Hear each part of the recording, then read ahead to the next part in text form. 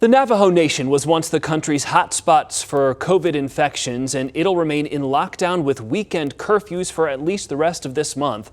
But the first shipment of vaccines arrived there today, and healthcare workers, a few of them on the reservation, have already got their first shots. Emma Lockhart live tonight with more on the rollout there. Emma? It was a historic day across the country and on the Navajo Nation, where the virus just continues to devastate communities. Officials say resources are stretched thin, so the vaccine is delivering a lot of hope for the future. Dr.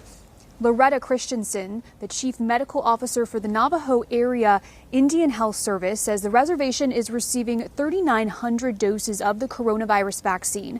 Half of that arrived today at the Gallup Indian Medical Center in New Mexico, where there's proper storage to keep the vaccine safe. Navajo Nation President Jonathan Nez touring there today. The vaccine was then sent to multiple healthcare centers on the reservation.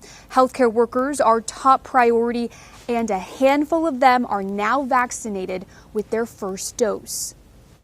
Everyone has plans to vaccinate within the first 4 days of receiving the vaccine. So we anticipate by the end of the week, the vast majority of our doses will be given.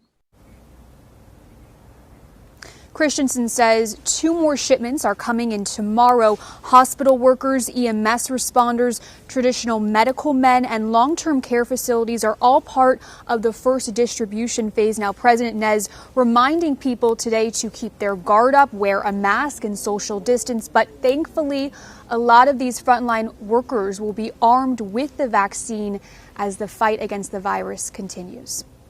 So Guys, Emma, they're talking about the frontline workers there just like they are here. Do they know when the general public on the Navajo Nation might be able to get their vaccines? Officials say sometime in the spring, so their focus now is going to be on educating Navajo people on the vaccine. Christensen says it's going to take some time to create trust, but she really wants to get the message out there. She says that the vaccine is safe and effective, encouraging everyone to get it. Building that trust, I think, is going to be so important in the weeks ahead. Emma Lockhart live tonight. Thanks, Emma.